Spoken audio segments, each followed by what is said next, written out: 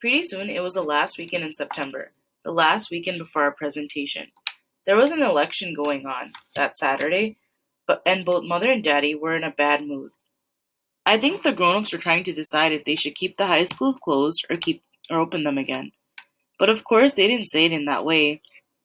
No, it was more like, do you think it's a good idea for whites and Negroes to go to school together? That was kind of tricky, if you ask me. There aren't too many people in Little Rock who'd say yes to that kind of question. Mother and Daddy voted first thing in the morning, even before we cleaned the house. They didn't say how they voted, and I didn't ask. But I thought about it. I tried to imagine what it would be going to school with Betty Jean, since she was the only colored person I ever really talked to, if you call drinking a glass of tea a conversation. I tried to picture Betty Jean as a 12-year-old girl, but I kept imagining a smaller version of her in a big flowered apron. It made me giggle as I vacuumed my room. As soon as I was done cleaning, I ran out of the house to meet Liz at the zoo. We were going to go over our presentation one more time. I'd done my part at least twice for every animal in the zoo. I'd said my lines in front of the mirror at home, trying to maintain eye contact with myself.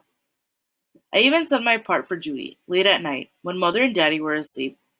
I'd done everything I could to prepare. I knew my lines perfectly, and I was still terrified. Liz was late. I watched the lions, but they were just lying there, sleeping. I got more nervous every second I stood there alone. So I thought about all the ways Liz had taught me to relax. 1. Take a deep breath. 2. Imagine all the people at school in their underwear. This didn't work too well. Just thinking about JT in his underwear made my heart beat way too fast. 3. My good old friends in the prime numbers.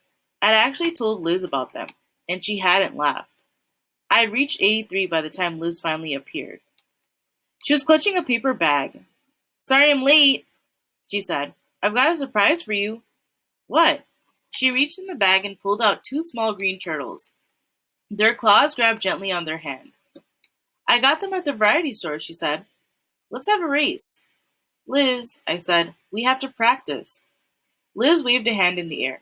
"Marley, there's one more rule of giving a presentation I haven't taught you yet." "What?" "I should have bought a pencil to write this down." "You have to know when you're done." "But I'm not done," I said. "You know your part cold," said Liz. "Heck, I bet even you know mine too." I shook my head. "Let's go over it a few more times." "Marley, at some point you just have to believe that you can do it." "Well, I don't." Liz sighed. She was getting frustrated. This wasn't going to work. Any minute now she'd give up and say she'd do all the talking after all, and I'd be incredibly relieved and incredibly disappointed. That's what Sally would have done. But Liz wasn't Sally. Instead of giving up, she started looking around like she lost something on the ground. "What are you doing?" I asked. "Looking for talisman." "What?" "A talisman. A good luck charm." Like she was going to find a gold amulet or magic ring lying on the ground amidst popcorn and peanut shells. But after a few moments she said, "Aha!" and picked up a single black crow's feather. "You've seen Dumbo, right?" asked Liz. I nodded. I'd seen the movie a bunch of times when I was little. I could relate to the little elephant with the big ears. He didn't talk either. "Well, this is a magic feather. Put it in your pocket, and if you get nervous during your presentation, just touch it, and you'll be fine." "A magic feather?" "Yeah," said Liz. "That's kind of silly. Just try it." "Fine." I held out my hand. Liz placed the feather carefully on my palm. It weighed nothing, just a wisp of air. The feather tickled my hand, but as for making me less nervous, nope, didn't do a thing. "Better?" Liz asked. I nodded. I didn't have the heart to tell her no. "Good." Liz pulled out a small bottle from her pocket. "Because I bought nail polish so we can paint our names on the back of the turtles.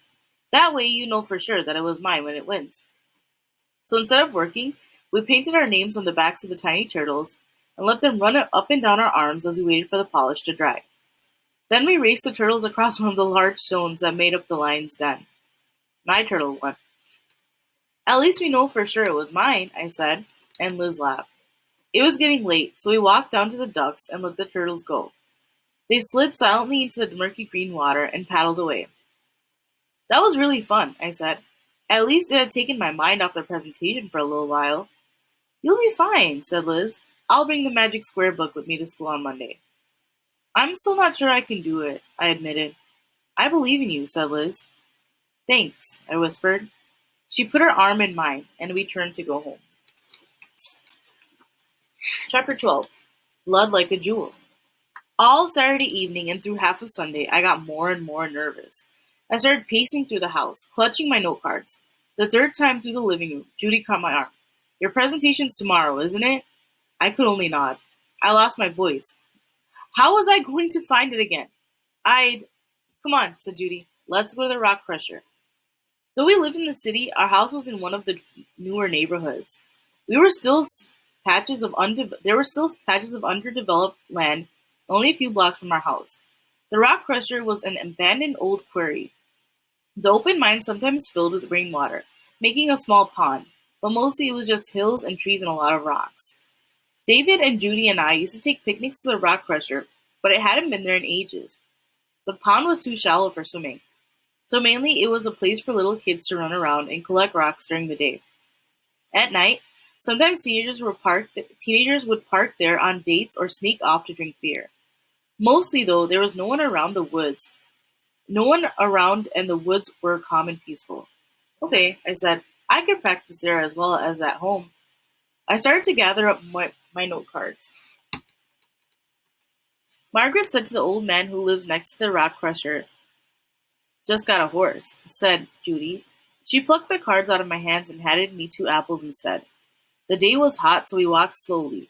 Judy chattered on about the classes they had started broadcasting on TV for all the high school students. 11th grade was on Channel 11. 7 a.m., History, 7:30 a.m., Algebra, 8 a.m., English, and so on. I knew she was going on and on to try to distract me from worrying, and even though I could see right through her, it kind of worked. When the classes first started, they were scary, said Judy. I kept thinking I was going to miss something and I wouldn't be able to ask the teacher to repeat herself. Turns out they keep it really basic, and it's pretty easy to follow along.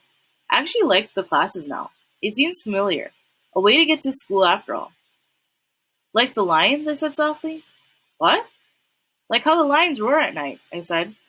You'd think it'd be scary, but I've heard them for so long, it actually makes me feel safe. You're right, Judy said finally. It's like the lions. We walked in silence for a moment. I felt for the black feather. Even though it didn't work, I still had it in my skirt pocket. It was a gift from Liz. JT had only ever given me his math book, and I already had one of those. Judy, I asked, have you ever had a crush on anyone at school? I mean, last year when you got to go? Yes, she answered slowly. Who? She shook her head. I'm not going to tell you.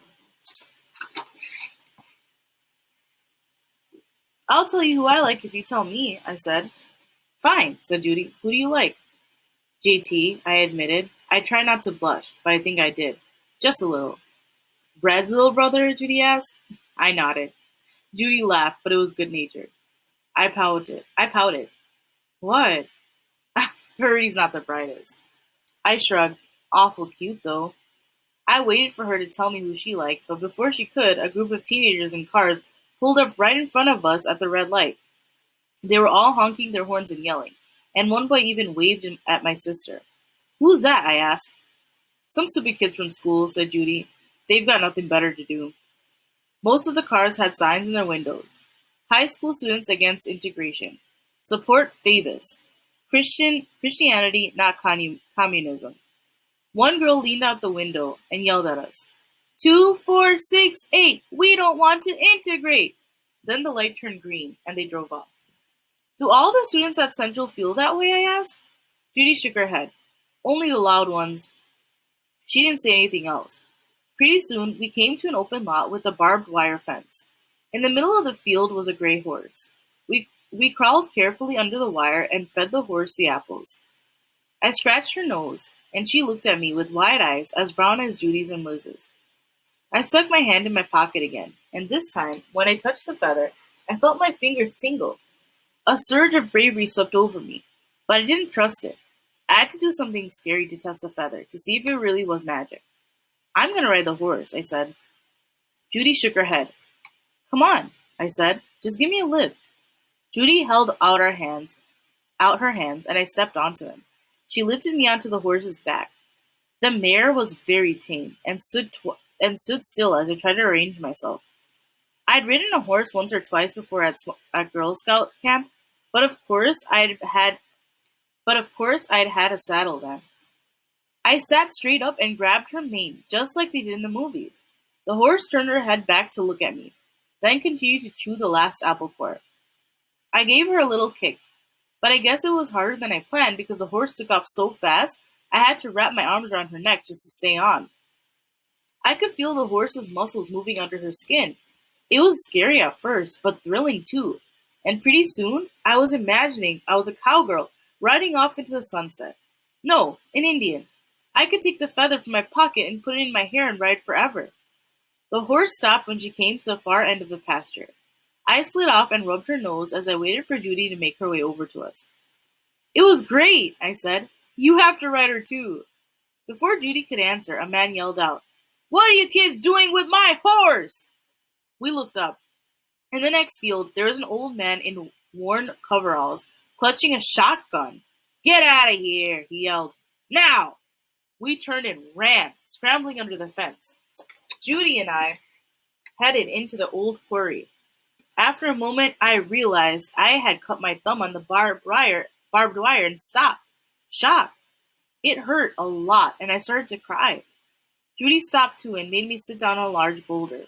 She took one look at my hand, then pulled out a handkerchief and wrapped it around and around, holding it tight. I kept sobbing. "His name's Robert Lawrence," Judy said quietly.